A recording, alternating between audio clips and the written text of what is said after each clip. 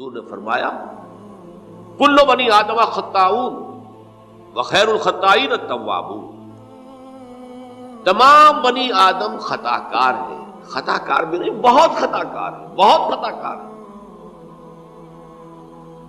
لیکن ان خطا کاروں میں بہتر لوگ وہ ہیں جو خوب توبہ کرتے ہیں، غلطی ہو گئی توبہ کرتے ہیں۔ اور ایک اور حدیث میں آپ کو بتاؤں گا کہ یہ نہیں ہے کہ پھر کبھی وہ غلطی نہ ہو، اس وقت آپ یہ لگا لیں اپنے اوپر یہ کام میں نے نہیں کرنا، اور ایک دفعہ وہ کام چھوڑ دیں تو توبہ ہو گئی۔ پھر اگر کچھ عرصے کے بعد پھر کہیں آپ جذبات کی رو میں بہہ گئے، پھر کہیں کوئی برے اثرات جو ہے وہ پڑے، پھر غلطی، کوئی بات نہیں، پھر توبہ، پھر ہو گیا، پھر توبہ کر۔ تواب اسی لیے کہا بار بار بار بار بار بار توبہ کر۔ تو کل بنی آدم خطاؤون وخیر الخطائین التوابون۔ دوسری حدیث یہ بھی ابن ماجہ اور بہقی میں ہے، حضرت عبداللہ ابن مسعود رضی اللہ تعالی عنہ، التائب من الذنب کمن لا ذنب له، گناہ سے توبہ کرنے والا ایسے ہے جیسے اس نے کبھی گناہ کیا ہی نہیں، دھل جاتی ہے، تختی دھل گئی، بچے نے تختی لکھی تھی اس کو دھو دیا، ختم ہو گئی۔ ایک حدیث تو پڑھ کر میں بھی چونکا، یہ اصل میں اسلوب ہے بیان کا، بتانے کے لیے کہ تمہارے دلوں کے اندر مایوسی کا غلبہ نہ ہو جائے۔ مایوس اصل میں جو ہے مایوسی یہ ابلیسیت ہے، نوٹ کر لیجئے اس کو، مایوسی ابلیسیت کی کا عکس ہے۔ مبلس کہتے کسے؟ جو مایوس ہو گیا۔ ابلیس سب سے بڑھ کر مایوس جو ہے وہ ابلیس ہے، اسے معلوم میرا چھٹکارا تو نہیں ہے، لہذا میں جتنوں کو اپنے ساتھ لے کر جہنم میں جھونک دوں یہی میری کمائی ہے، میں نے تو بچنا نہیں۔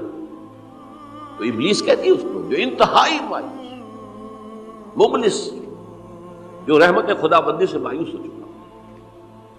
اب اس کو دور کرنے کے لیے حدیث سنیے، اور یہ حدیث مسلم شریف کی ہے، صحیحین کے اندر، حضرت ابو ہریرہ سے۔ حضور فرماتے ہیں والذی نفسی بیدہ، قسم ہے اس ذات کی جس کے ہاتھ میں میری جان ہے، لو لم تذنبوا، اگر تم لوگ گناہ نہ کرتے، لذهب اللہ بکم، تو اللہ تعالیٰ تمہیں لے جاتا کہیں اور، وَلَجَاءَ بِقَوْمٍ يُذْنِبُونَ، اور پھر کسی ایسی مخلوق کو پیدا کرتا ہے جو گناہ کرتے، فَيَسْتَغْفِرُوا اللَّهَ، اور پھر وہ اللہ سے استغفار کرتے اور توبہ کرتے، وَيَغْفِرُ لَهُمْ، اور اللہ تعالیٰ انہیں معاف کر دیتا۔ اسی سے ملتی جلتی ایک حدیث ہے، یہ امام احمد اور امام بہقی لائے ہیں، اور اس کے راوی حضرت علی ہے رضی اللہ تعالی عنہ۔ ان اللہ یحب العبد المؤمن المفتن التواب، ان اللہ یحب، اللہ تعالی محبت کرتا ہے اپنے اس بندے سے، العبد المؤمن، جو مومن ہو۔ اس کی ایک اور بڑی پیاری حدیث آئے گی، المفتن التواب، جو بہت فتنوں میں مبتلا ہو جاتا ہو اور پھر بہت توبہ کرتا ہو، مفتن التواب، لیکن ساتھ ہی پلٹتا ہو، رجوع کرتا ہو، پھر اللہ کے حضور میں حاضر ہوتا ہو، پھر معافی مانگتا ہو۔ اللہ تعالیٰ کو اپنا ایسا بندہ بہت پسند ہے۔ اب میں کچھ اور حدیثیں آپ کو سنا رہا ہوں۔ توبہ کا دروازہ دو اعتبارات سے کہا گیا ہے کہ ایک وقت آنے پر بند ہو جاتا ہے۔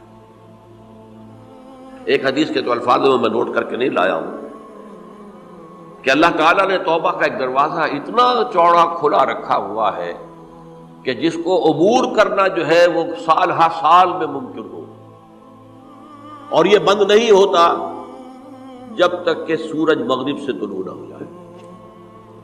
یہ قیامت کی جو آخری، قریب قیامت کی جو آخری نشانیاں ہیں ان میں سے وہی حدیث میں آپ کو سنا رہا ہوں، عن ابی ہریرہ رضی اللہ تعالی عنہ، اور یہ مسلم شریف کی روایت ہے،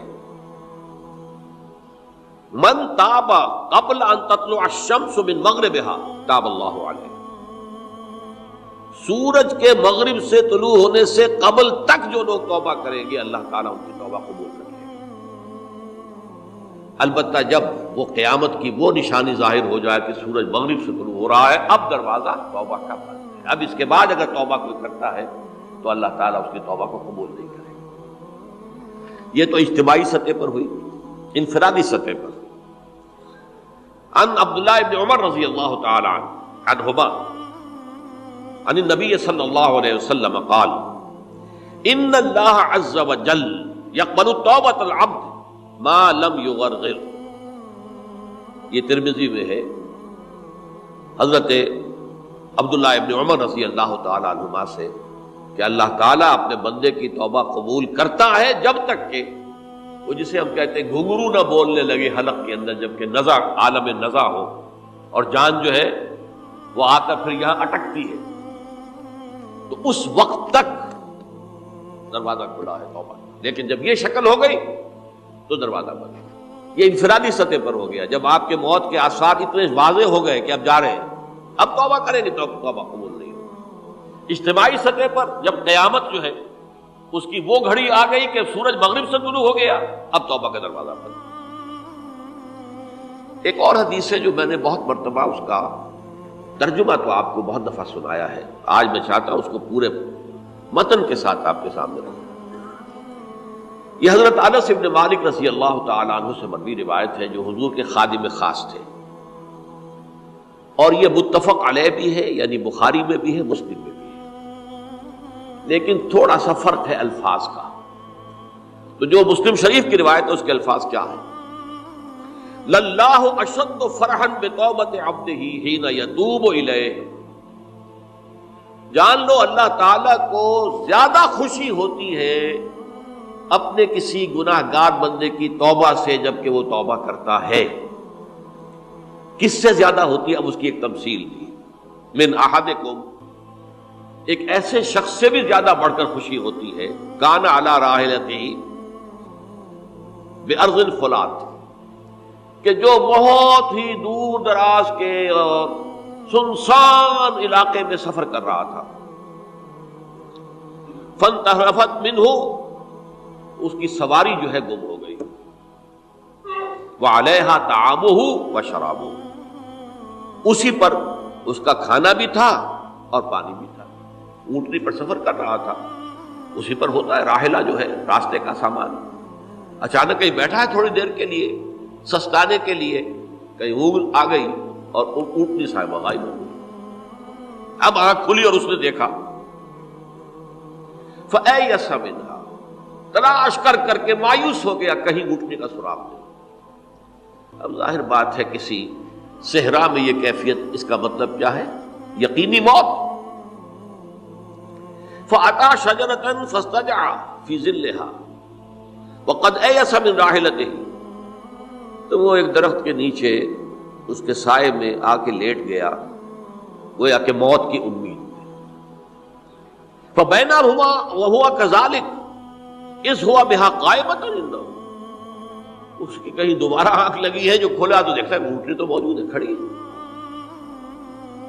تو وہ فوراً اس کی وہ جو رسی ہے وہ پکڑتا ہے، فَأَخَذَ بِخِتَامِهَا ثُمَّ قَالَ مِن شِدَّةِ الْفَرْقِ، اب جو اسے مسرت ہوئی اس کا آپ اندازہ کر سکتے ہیں، ایک یقینی موت کا معاملہ آ چکا تھا، اور اچانک اللہ تعالیٰ نے وہ کھوئی ہوئی اونٹنی جو ہے وہ واپس دلا دی۔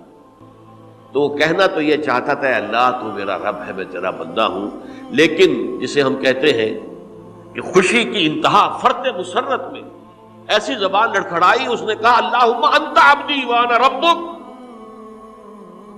اے اللہ تو میرا بندہ ہے، میں تیرا رب ہوں، یہ کہتا ہے۔ تو یہ کیا ہے؟ فرط مسرت جسے آپ کہیں، خوشی کی انتہا، کہ جس میں انسان جو ہے اتنی بڑی خطا کر بیٹھتا ہے۔